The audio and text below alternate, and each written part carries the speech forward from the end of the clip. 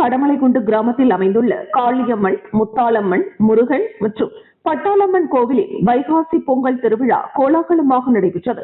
இந்த கிராமத்தில் வசிக்கும் 24 சமுதாயங்களை சேர்ந்த பொதுமக்கள் அனைவரும் சாதி மத வேறுபாடுகளை கடந்து முழு ஒற்றுமையுடன் இணைந்து நடத்திய இந்த கிராம பொங்கல் திருவிழா மக்களிடையே பெரும் கவனத்தை பெற்றுள்ளது. 3 நாட்கள் நடைபெற்ற இந்த விழாவில் கிராம மக்கள் அனைவரும் ஒன்றிணைந்து மேளதாளங்கள் முழங்க வைகை ஆற்றிற்கு சென்று அம்மனுக்கு கரகம் எடுத்து வந்து பக்தி பெருக்குடன் வழிபாடு செய்தனர். இதனைத் தொடர்ந்து பொங்கல் பண்டிகையை முன்னிட்டு கடந்த 48 நாட்களாக கடுமையான விரதம் இருந்த பொதுமக்கள் அலகு குத்தியும் தீச்சட்டி மற்றும் பால்குடம் எடுத்தும் தங்களது நேர்த்திக்கடனை செலுத்தினர். மேலும் ஆயிரக்கணக்கான பெண்கள் பக்தி பாடல்களுக்கு ஏற்ப முளைப்பாரி எடுத்து வந்து அம்மனுக்கு நேர்த்திக்கடன் நிறைவேற்றினர். அப்போது முளைப்பாரி சுமந்து வந்த பெண்களின் முன்னே ஆண்கள் பாரம்பரிய தேவராட்டம் ஆடியது பார்வையாளர்களை பெரிதும் கவர்ந்தது. இதேபோல் இந்த கிராமத்தை சேர்ந்த ஆண்கள் பல்வேறு சுவாமி வேடங்கள் அணிந்து வீதி உலா வந்து வழிபாடு செய்தனர்.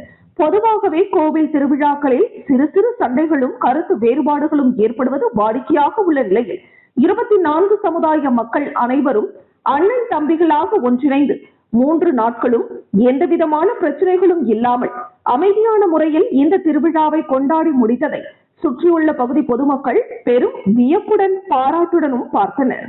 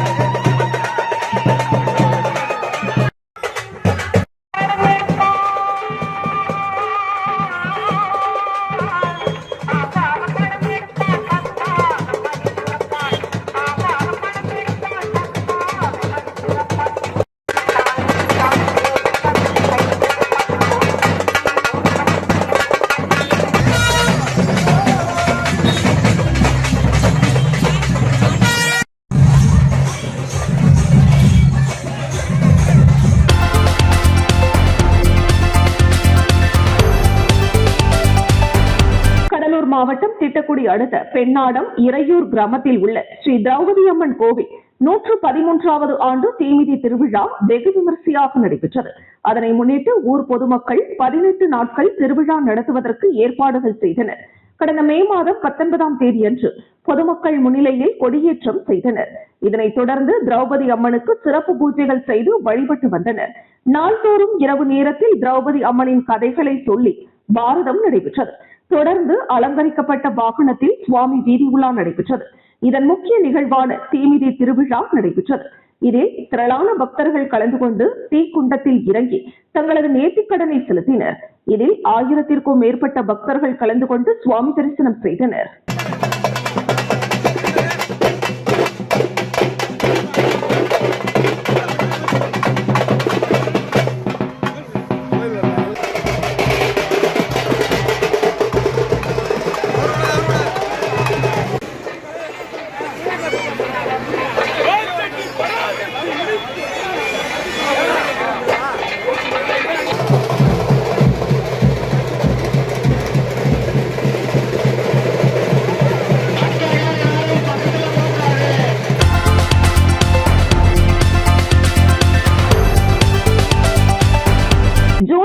தேதி உலக சைக்கிள் தினம் கொண்டாடப்படும் நிலையில் இந்த மாதம் முழுவதும் இதனை வலியுறுத்தி பல்வேறு இடங்களில் பல்வேறு நிகழ்ச்சிகள் நடைபெற்று வருகிறது.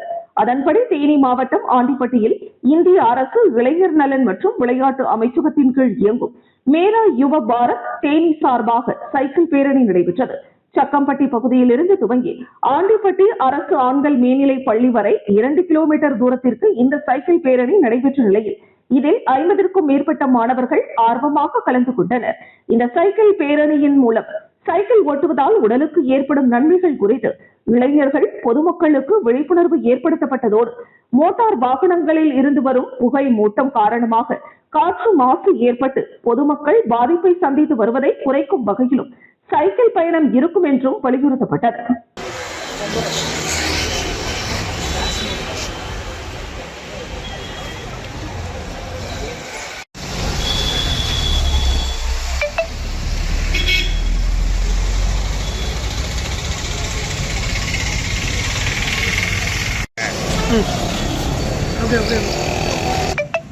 மற்ற உலக கல்வியாவது நம்ம ஒரே இடத்துல நம்ம இருந்து பண்ணுற மாதிரி இருக்கும். ஆனால் சைக்கிள் மட்டும்தான் ஒரு இடத்துல வந்து இன்னும் நம்ம வந்து சைக்கிள் பண்ணுவோம் அப்படிங்கிற ஒரு உறுதிமொழி மட்டும் ஏற்றுக்குவோம். 5 கிலோமீட்டரோ 10 கிலோமீட்டரோ எதுவாக இருந்தாலும் சரி, வெறும் 30 நிமிடங்கள்.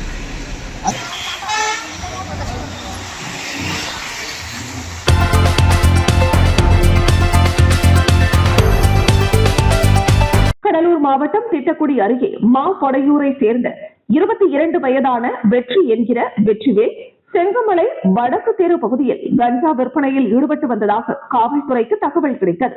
இதனைத் தொடர்ந்து திட்டக்குடி துணை காவல் கண்காணிப்பாளர் தலைமையில் ராமநத்தம் காவல் ஆய்வாளர் செல்வநாயகம் மற்றும் காவல்துறையினர் சம்பந்தப்பட்ட நபரின் வீட்டில் சோதனை மேற்கொண்டனர். அப்பொழுது வீட்டிலிருந்து 80 கிராம் கஞ்சா எடை போடும் இயந்திரம் ஒன்று, லேப்டாப் ஒன்று மற்றும் வீட்டறிவாள் ஒன்று பறிமுதல் செய்யப்பட்டது.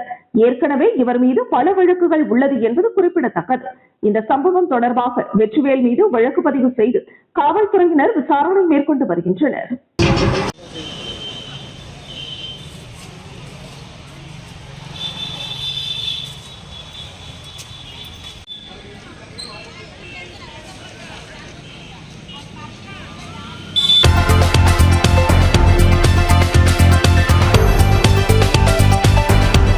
உலக சுற்றுச்சூழல் தினத்தை முன்னிட்டு கடலூர் மாவட்டம் விருத்தாச்சலம் வருவாய் கோட்டாட்சியர் அலுவலகத்தில் நாம் தமிழர் கட்சியின் சுற்றுச்சூழல் அமைப்பின் துணை செயலாளர் கதிர்காமன் என்பவர் உடலில் பிளாஸ்டிக் பொருட்களை கட்டிக்கொண்டு நெகிழி பொருட்களை தமிழக அரசு தடை செய்ய வேண்டும் என்று பதாகைகளுடன் நூதன முறையில் அதிகாரிகளிடம் மனு அளித்தார். மேலும் தமிழகத்தில் நெகிழி பொருட்களை தடை செய்தால்தான் பொதுமக்கள் வாழ முடியும் எனவும் தமிழக அரசு அதற்குண்டான நடவடிக்கை எடுக்க வேண்டும் என கோரிக்கை வைத்தார். கதிர்காமன் நாம் தமிழர் கட்சி சுற்றுச்சூழல் பாசறையுடைய மாநில துணை செயலாளராக இருக்குங்க. இன்னைக்கு வந்து உலக சுற்றுச்சூழல் தினம். இதை வந்து நாங்கள் கொண்டாட முடியாது. ஏன்னா உலகம் முழுவதும் சீர்கட்டிருக்கு. அதில் முதன்மையான இடம் வந்து தமிழ்நாடுலேயே முதன்மையான இடம் எங்கள் கடலூர் மாவட்டம்.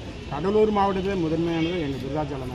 ஒன்று நான் உங்களுக்கு சுருக்கமாக சொல்கிறேன். இந்த நெகிழி பயன்பாட்டை தமிழக முதல்வர் தயவு செஞ்சு தடை பண்ணணும். காரணம் இது வந்து எல்லாத்துலேயும் பரவி கிடக்குது. புகை போகக்கூடாத இடத்துல கூட இந்த தவறுக்கு நீங்கள் தனி மனிதனாக ஒரு இடத்துல போய் எந்த கிராமத்துலேயும் எந்த டவுன்லேயும் எங்கே நின்று ஒரு சுற்றி பார்த்தா கூட அங்கே ஒரு தப்பு இந்த பிளாஸ்டிக் அரக்கன் இருப்பான். அதனால இந்த நிலை நீடித்தால் இது உலகம் எங்கே போகும் உங்களுக்கே தெரியும். எதிர்வர காலத்தில் எல் நினைவெல்லாம் வர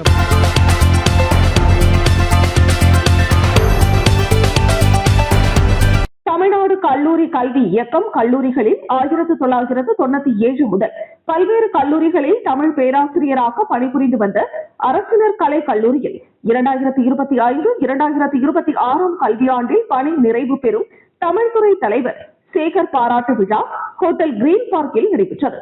இந்த நிகழ்ச்சியில் ஜாக்டோ ஜியோ மாநில ஒருங்கிணைப்பாளர் மோசஸ், தஞ்சை மாவட்ட கல்லூரி கல்வி இயக்குநர் குணசேகரன் ஆகியோர் தலைமை வகித்து துவக்கி வைத்தனர்.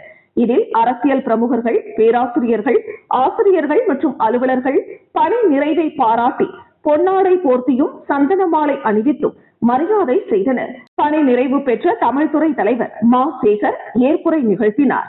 விழாவில் நண்பர்கள், உறவினர்கள் மற்றும் மாணவர்கள் கலந்து கொண்டு வாழ்த்து தெரிவித்தனர். அன்புமணி அவர்களுக்கு என்னுடைய நன்றியை தெரிவித்துக் கொள்வதோடு அவருக்கும்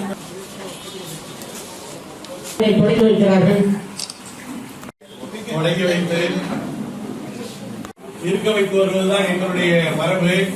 முதலாக உண்மையான நேர்த்திக்குரியவர், பாசத்திற்குரியவர்.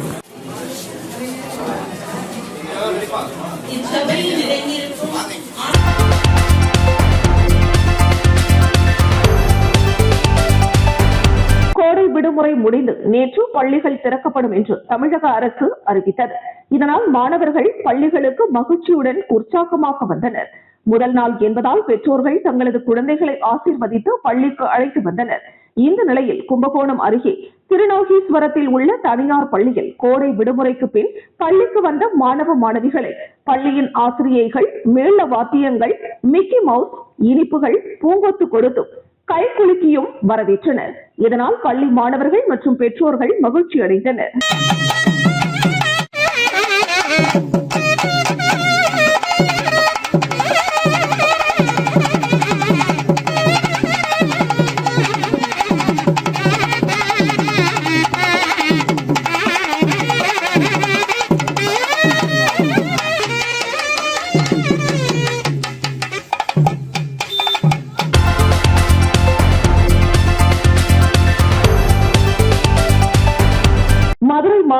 கிழக்கு தொகுதிக்குட்பட்ட பாத்திமா பெண்கள் கல்லூரியில் சுற்றுச்சூழல் தினத்தை முன்னிட்டு தமிழக வெற்றி கழகத்தின் சார்பாக சுற்றுச்சூழல் கிழக்கு மேற்கு மாவட்ட பொறுப்பாளர் அரவிந்த் குமரேசன் தலைமையில் 150 மரக்கன்றுகள் கல்லூரிக்கு தானமாக வழங்கப்பட்டது. மரக்கன்றுகளை நடும் விழா நடைபெற்றது. இவ்விழாவில் மதுரை கிழக்கு தொகுதி சட்டமன்ற உறுப்பினர் தங்கபாண்டியன் சிறப்பு விருந்தினராக கலந்து கொண்டார். கல்லூரி முதல்வர் பாத்திமா மேரி வரவேற்புரையாற்றினார். மா, பலா, கொய்யா, மாதுளை போன்ற பல்வேறு வகையான மரக்கன்றுகளை வழங்கிய சுற்றுச்சூழல் பொறுப்பாளர் அரவிந்த் குமரேசனை பாராட்டினார். அதன் பின்பு அனைத்து வகையான மரங்களையும் வைத்து தண்ணீர் ஊற்றினார். இவ்விழாவில் ஏராளமான கல்லூரி மாணவிகள், பேராசிரியர்கள் கலந்து கொண்டனர்.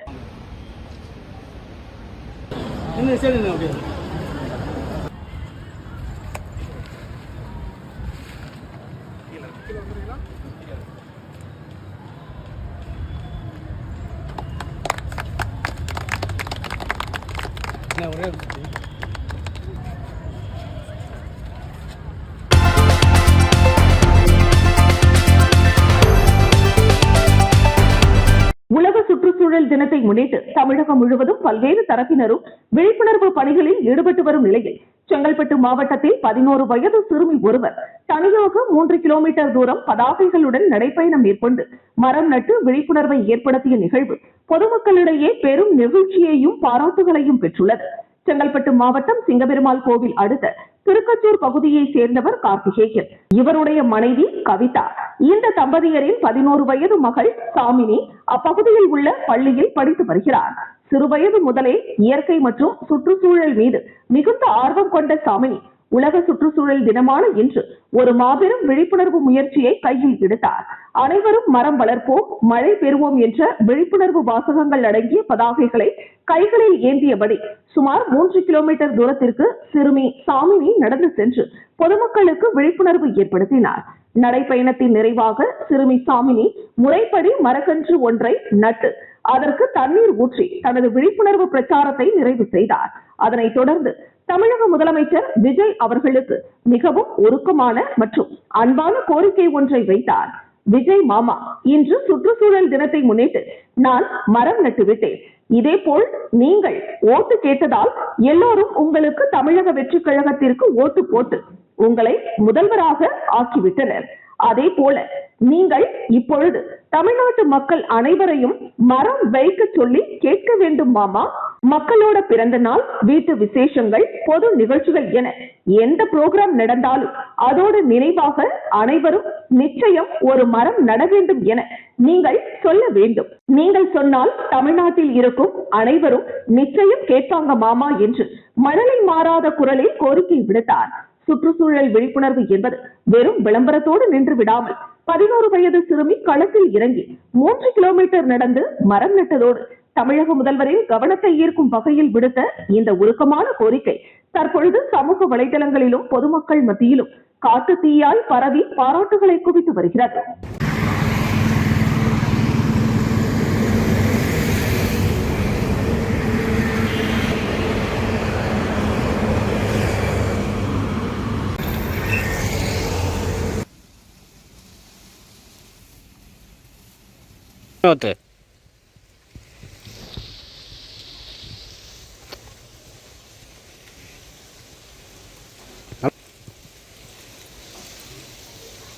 நல்லா எல்லாரும் ஓட்டு போட்டு உங்களை சிஎம் ஆக்கிட்டாங்க.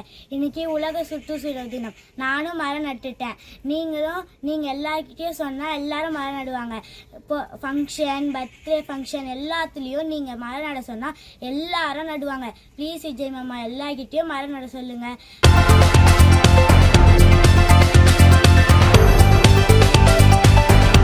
சென்னை தாம்பரம் அடுத்த மாடம்பாக்கத்தில் புதிதாக கட்டப்பட்டுள்ள தனியார் மழலையர் பள்ளியை மனிதவள மேம்பாட்டுத்துறை அமைச்சர் சரத்குமார் குத்துவிளக்கேற்றி திறந்து வைத்தார். பின்பு அதே பள்ளியில் ஏழை குழந்தைகளுக்கு இலவச கல்வி கற்பதற்காக முதற்கட்டமாக 2 சிறுவர்களுக்கு கூப்பன்கள் வழங்கப்பட்டது. மேலும் மாணவர்களுக்கு பாட புத்தகங்கள், பென்சில் அடங்கிய பெட்டகத்தை வழங்கினார். நிகழ்ச்சியில் பள்ளி ஆசிரியர்கள், மாணவர்கள், பெற்றோர்கள் பலர் கலந்து கொண்டனர். முன்னாடி வாங்க, கை நீட்டாதீங்க. இங்க பாருங்க. ஓகே,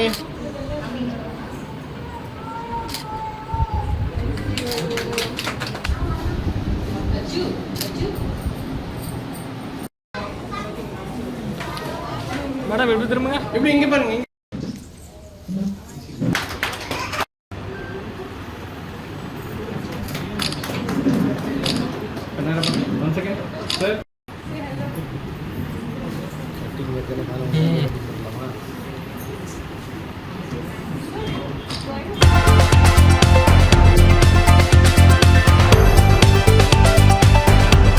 சென்னை பல்லாவரத்தில் உள்ள வேல்ஸ் பல்கலைக்கழகத்தில் 2025-2026 கல்வியாண்டில் 91.25% ஒட்டுமொத்த வேலைவாய்ப்பு சாதனையை பதிவு செய்து வளாக வேலைவாய்ப்பு தேர்வு செயல்முறைகள் மூலம் 2846 வேலைவாய்ப்பு சலுகைகளை பெற்றுத் தந்துள்ளது.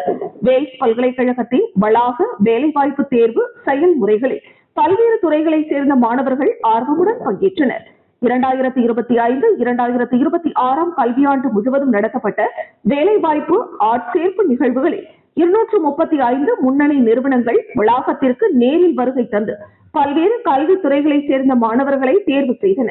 தகவல் தொழில்நுட்பம், பொறியியல், வங்கி மற்றும் நிதி சேவைகள், சுகாதாரம், சில்லறை வணிகம், உற்பத்தி துறை, விருந்தோம்பல் மற்றும் வளர்ந்து வரும் தொழில்நுட்ப துறைகள் உள்ளிட்ட பல்வேறு துறைகளைச் சேர்ந்த நிறுவனங்கள் இந்த ஆட்சேர்ப்பில் பங்கேற்றன.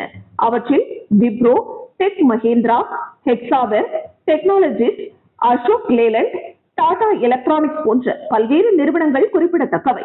இந்த வேலைவாய்ப்பு பருவத்தில் மாணவர்கள் ஆண்டிற்கு 5 லட்சம் ரூபாய் முதல் 8 லட்சம் ரூபாய் வரை ஊதியத்துடன் வேலைவாய்ப்புகளை பெற்றனர். பொறியியல் மேலாண்மை, வணிகவியல், பொருளாதாரம், கணினி அறிவியல், அடிப்படை அறிவியல் மற்றும் உயிரியல் அறிவியல் துறைகளைச் சேர்ந்த மாணவர்கள் இந்த வேலைவாய்ப்பு தேர்வு செயல்முறைகளில் தீவிரமாக பங்கேற்றனர். இதனை கொண்டாடும் வகையில் placement day 2026 from dreams to destinations என்ற நிகழ்ச்சி வேல்ஸ் பள்ளி வளாகத்தில் நடைபெற்றது. இந்த நிகழ்வில் விப்ரோ நிறுவனத்தின் தேசிய தலைவர் ஆனந்த கிருஷ்ணன் தேவராஜ் சிறப்பு விருந்தினராக கலந்து கொண்டு நிகழ்ச்சியில் பேசுகையில், வேல்ஸ் பல்கலைக்கழகத்தின் முன்னாள் மாணவர் என்பதில் நான் பெருமை கொள்கிறேன். இன்றைய வேகமாக மாறிவரும் தொழில்முறை உலகில் தொடர்ச்சியான கற்றல் மிகவும் அவசியம். மாணவர்கள் புதிய தொழில்நுட்பங்களை தொடர்ந்து கற்றுக்கொண்டு தங்களது திறன்களை மேம்படுத்த வேண்டும். தன்னம்பிக்கையும் துணிவும் வாழ்க்கையில் உயர்ந்த நிலைகளை அடைய உதவும் முக்கியமான குணங்களாகும். இவ்வாறு அவர் கூறினார். இதனைத் தொடர்ந்து பேசிய வேல்ஸ் பல்கலைக்கழகத்தின் நிறுவன வேந்தர் டாக்டர் ஐசரி கணேஷ் வேலைவாய்ப்பு பெற்ற மாணவர்களுக்கு தனது வாழ்த்துக்களை தெரிவித்துக் கொண்டு, இவ்வளவு அதிகமான மாணவர்கள் வேலைவாய்ப்பு பெறுவது மிகவும் மகிழ்ச்சி அளிக்கிறது. மாணவர்கள் வாழ்நாள் முழுவதும் ஒழுக்கம், அர்ப்பணிப்பு மற்றும் கடின உழைப்பை கடைபிடிக்க வேண்டும். இன்று வேலைவாய்ப்பு பெற்றுள்ள மாணவர்கள் எதிர்காலத்தில் உயர்ந்த பதவிகளை அடைந்து தங்களின் இளைய தலைமுறையினருக்கும் வழிகாட்டியாக இருக்க வேண்டும். மாணவர்கள் வேலைவாய்ப்பை பற்றி கவலைப்பட தேவையில்லை. அவர்களின் தொழில் கனவுகளை நனவாக்குவதற்கான வாய்ப்புகளை உருவாக்குவதில் வேல்ஸ் பல்கலைக்கழகம் தொடர்ந்து உறுதியாக செயல்பட்டு வருகிறது என தெரிவித்தார்.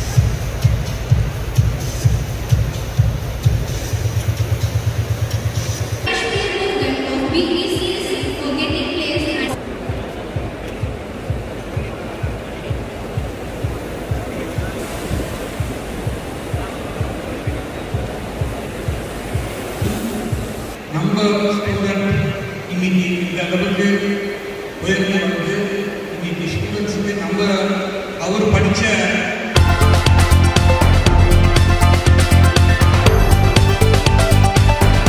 செங்கல்பட்டு மாவட்டம் செங்கல்பட்டு நகர வியாபாரிகள் நலச்சங்கம் நமது மாநில தலைவர் டாக்டர் விக்ரம ராஜா அவர்களின் பிறந்த நாளை முன்னிட்டு செங்கல்பட்டு நகர பகுதியில் அமைந்துள்ள புகழ்பெற்ற சிவன் கோவிலான ஏகாம்பரேஸ்வரர் திருக்கோவில் மற்றும் பாரதபுரம் பகுதியில் அமைந்துள்ள முதியோர் அன்பு தொண்டு இல்லத்தில் அன்னதானம் வழங்கப்பட்டது. இந்த நிகழ்வில் செங்கல்பட்டு நகர வியாபாரிகள் சங்க நிர்வாகிகள் தலைவர் உத்தரகுமார், செயலாளர் துரைராஜ், பொருளாளர் ராஜா முகமது, துணைத் தலைவர் பாலாஜி, துணை செயலாளர் தியாகராஜன், பாலமுருகன், ஆனந்தன் மற்றும் நிர்வாகிகள் கலந்து கொண்டு சிறப்பித்தனர்.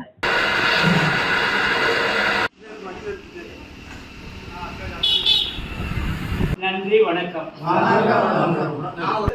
அவருடைய பணி வணிகருடைய சமுதாய காவலன், வணிகர் பணி, அவருடைய வணிகருடைய பணியை வந்து மென்மேல் நல்லா வளர்றதுக்கு உங்க அனைவரும் முன்னாடி நன்றி தெரிவித்துக்கிறேன். நன்றி, வணக்கம்.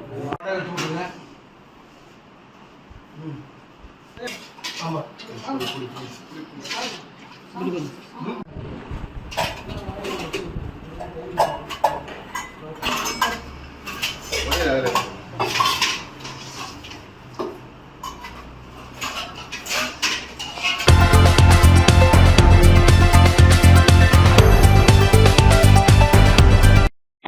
மாவட்டம் பாரதிய ஜனதா கட்சியின் சார்பாக தூய்மை பாரதம் நிகழ்ச்சியில் தெற்கு மாவட்ட துணைத் தலைவர் சசிகுமார், முன்னாள் ராணுவ பிரிவு மாவட்ட துணைத் தலைவர் யோக பிரகாஷ், மாவட்ட செயற்குழு உறுப்பினர் குமார் இவர்களின் ஏற்பாட்டில் நடைபெற்ற தூய்மை பாரதம் நிகழ்ச்சியில் சிறப்பு அழைப்பாளராக தெற்கு மாவட்ட தலைவர் டாக்டர் பிரவீன்குமார் கலந்து கொண்டு தெற்கு மாவட்ட பாரதிய ஜனதா கட்சியின் நிர்வாகிகளுடன் இணைந்து மலை வையாவூர் பகுதியில் அமைந்துள்ள புகழ்பெற்ற ஸ்ரீ வெங்கடேச பெருமாள் கோவில் வளாக பகுதியில் தூய்மை பணியில் ஈடுபட்டு கோவில் வளாகத்தை சுத்தம் செய்து தூய்மை பாரதம் நிகழ்ச்சியில் ஈடுபட்டனர். இந்த நிகழ்வில் மாவட்ட துணைத் தலைவர் அருணகிரி என்கிற சேகர், மாவட்ட வர்த்தக பிரிவு செயலாளர் கருங்குழி முரளி, ஒன்றிய செயலாளர் சுப்புலட்சுமி, பட்டியல் அணி ஒன்றிய தலைவர் யுவராஜ், மாவட்ட ஓபிசி அணி செந்தில்குமார், மலை வையாவூர் பட்டியல் அணி முன்னாள் மாவட்ட செயற்குழு உறுப்பினர் மகேந்திரன், வையாவூர் கிளை தலைவர் ஏழுமலை, ஒன்றிய செயற்குழு உறுப்பினர் காந்தி, குன்னங்குளத்தூர் கிளை தலைவர் காளிதாஸ், சூறை கிளை தலைவி கோடீஸ்வரி, அண்டப்பாக்கம் ஒன்றிய செயற்குழு உறுப்பினர் கண்ணன், புழுதிவாக்கம் கிளை தலைவர் கார்த்திக் ராஜா, ஒன்றிய செயற்குழு உறுப்பினர் சிவக்குமார், சித்தாலமங்கலம் முருகன், மலை வையாவூர் கிளை தலைவர் மணிகண்டன், விவசாய அணியின் ஒன்றிய செயலாளர் ஏழுமலை, பிலாப்பூர் ஒன்றிய செயற்குழு உறுப்பினர் கார்த்திக், அச்சரப்பாக்கம் மாவட்ட செயலாளர் முருகன், சித்தாமூர் ஒன்றிய தலைவர் தமிழ்மணி, மூசிவாக்கம் ஒன்றிய செயற்குழு உறுப்பினர் ஹரி, மேல்மா பகுதியை சார்ந்த சங்கர் மற்றும் பாரதிய ஜனதா கட்சியின் அனைத்து நிலை பொறுப்பாளர்கள், பொதுமக்கள் 100க்கும் மேற்பட்டோர் ஆர்வமுடன் கலந்து கொண்டு சேவை பணியில் ஈடுபட்டனர்.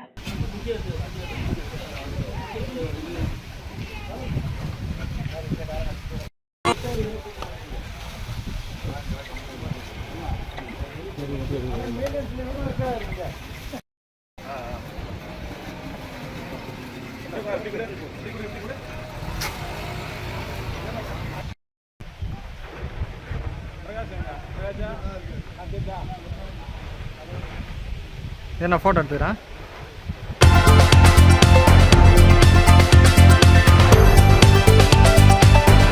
திண்டிவனம் திரௌபதி அம்மன் கோவில் எதிரில் கடந்த 2001ஆம் ஆண்டு தமிழக அரசால் கட்டப்பட்ட சட்டமன்ற உறுப்பினர் அலுவலகம் செயல்படாமல் பூட்டி கிடந்தது. தற்பொழுது அலுவலகம் புனரமைக்கப்பட்டு திறப்பு விழா விசிக தலைவர் திருமாவளவன் தலைமை தாங்கி திறந்து வைத்து குத்துவிளக்கேற்றினார்.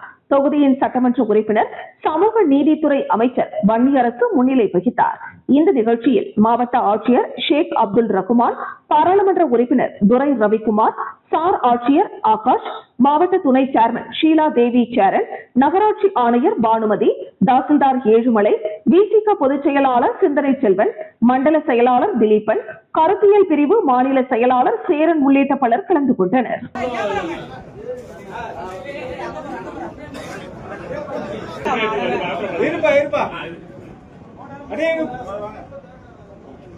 வாங்க வரல என்ன பண்ணுங்க வந்த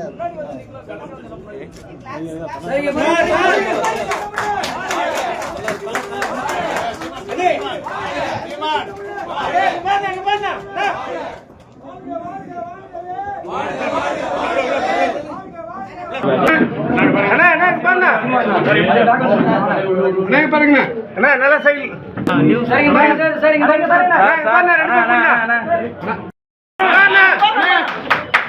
கேமரா பாருங்க. அரசு அவர்களுக்கு வெற்றி வாய்ப்பை நல்கிய திண்டிவனம் தொகுதி வாழ் வாக்காளர் பொதுமக்களுக்கும்